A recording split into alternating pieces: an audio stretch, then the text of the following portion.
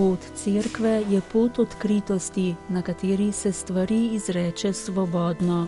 Tako je zatrdil papež Frančišek, ko je po krajšem premoru med velikonočnimi prazniki danes zjutraj ponovno daroval svetomašo v kapeli doma svete Marte. Poudaril je tudi, da je samo Sveti Duh zmožen spremeniti našo držo, zgodovino našega življenja in nas opogumiti, tako kot so izkusili apostoli po Jezusovem vstajenju. Ne moreva, da ne bi govorila o tem, kar sva videla in slišala. Iz teh besed, ki sta jih izgovorila Peter in Janez, je v homiliji izhajal papež Frančišek.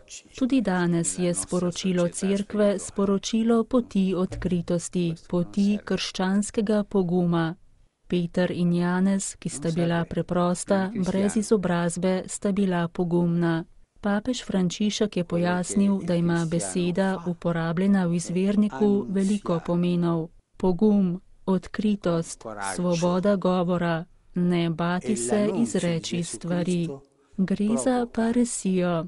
Učenci so tako prešli od strahu k odkritosrčnosti, da so o stvareh začeli govoriti svobodno.